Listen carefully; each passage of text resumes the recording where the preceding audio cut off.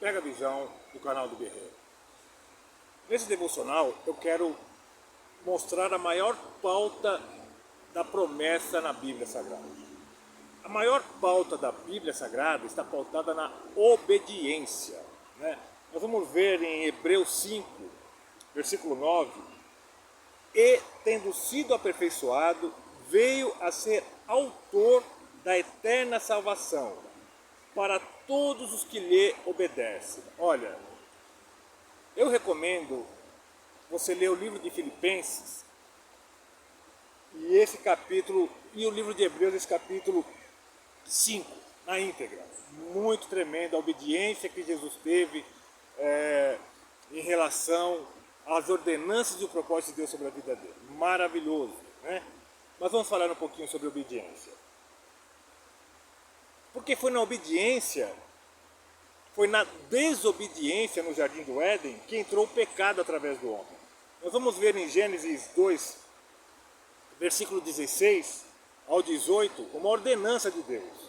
Ordenou o Senhor Deus ao homem, dizendo: de toda a árvore do jardim podes comer livremente, mas da árvore do conhecimento do bem e do mal, dessa não comerás, porque no dia em que dela comeres, certamente morrerás.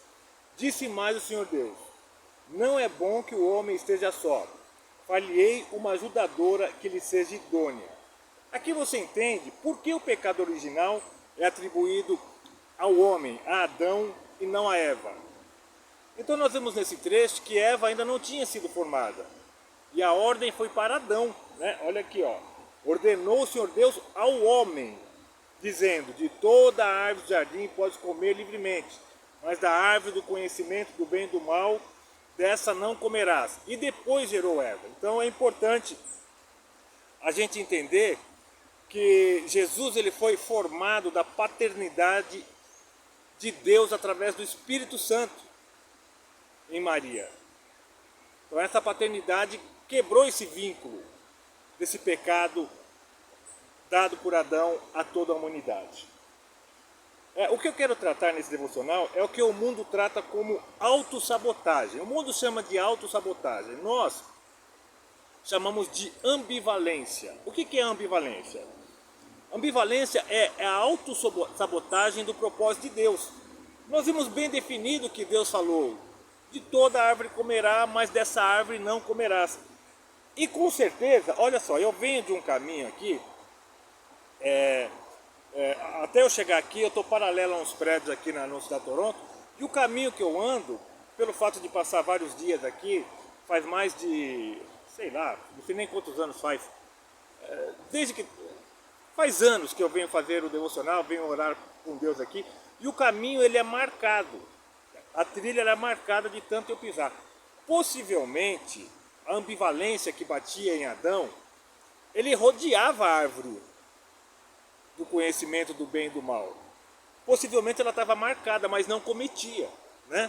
Ele não cometia, mas provavelmente aquela árvore estava rodeada, né? Que marcas profundas ainda ao redor da árvore, porque a ambivalência ela está dentro do ser humano. O que é ambivalência?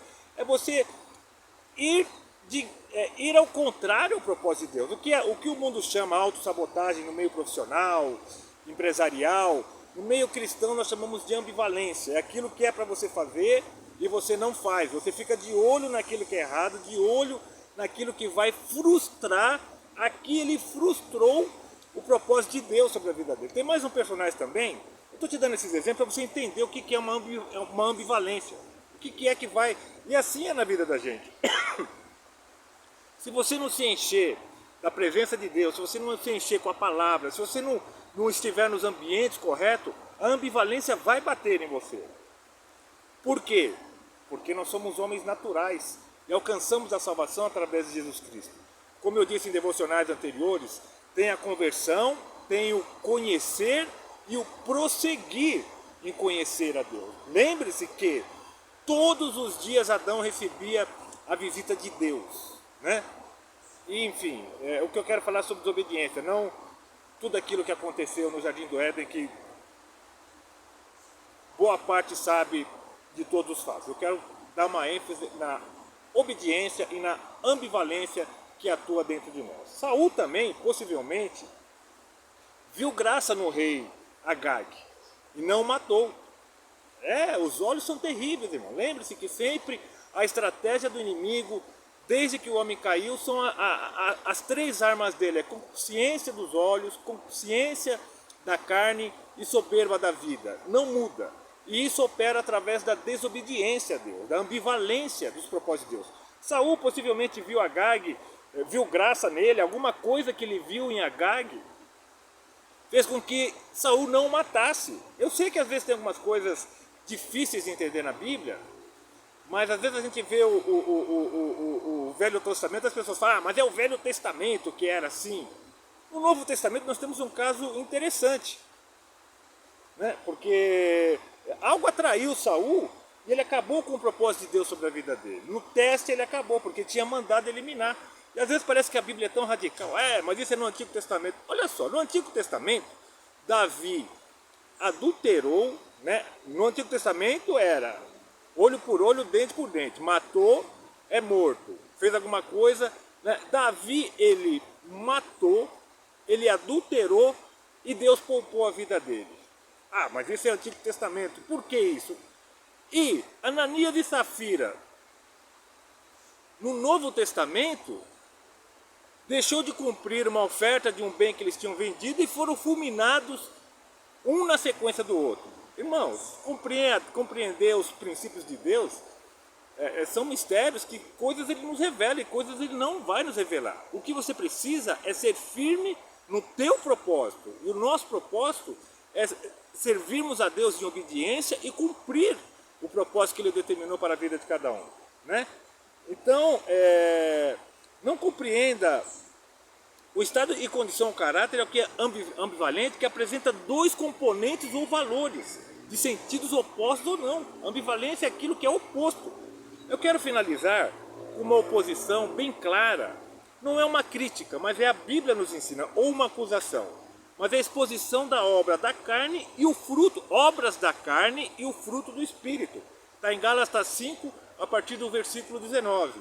Ora, as obras da carne são manifestas, as quais são prostituição, a impureza, a lascívia, a idolatria, a feitiçaria, as inimizades, as contendas, os ciúmes, as iras, as facções, as dissensões, os partidos, as invejas, as bebedices, as orgias e coisas semelhantes a estas, contra as quais vos previno, como antes já vos preveni, que os tais que praticam não herdarão o reino de Deus, palavra de Deus, né?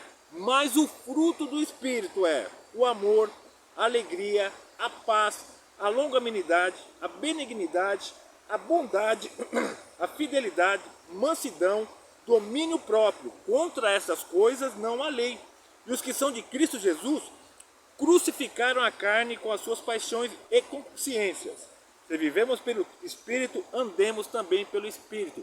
Mas isso, enquanto nós estamos aqui, nós somos seres naturais, vivendo também o sobrenatural de Deus, que é a força do Espírito Santo e a nossa alma. Então, enquanto nós estamos aqui, essa ambivalência é gritante dentro de nós.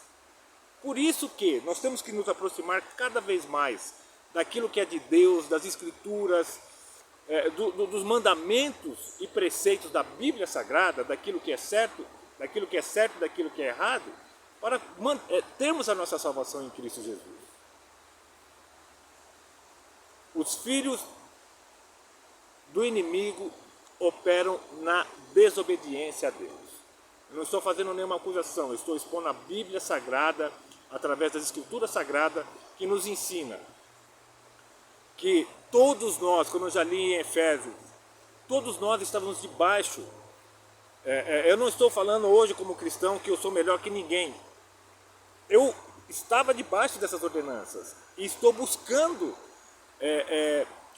o fruto do Espírito ser manifesto através da minha vida. Não sou melhor que ninguém, mas a Bíblia nos ensina aquilo que é certo e aquilo que é errado. Aquilo que é desobedecer a Deus e aquilo que é obedecer a Deus. Através das Escrituras, como manual de Deus. Quer ouvir Deus falar? Abre a Bíblia Sagrada, leia, peça entendimento do Espírito Santo que Deus vai falar contigo. Não é nada místico, não. Ele é bem claro, são mandamentos de um rei. Senhor, o Senhor, Senhor dos senhores e Rei dos reis. pega a visão do canal do Guerreiro e tenha entendimento do que é desobedecer a Deus e colocar em risco a sua própria salvação para viver eternamente com Cristo.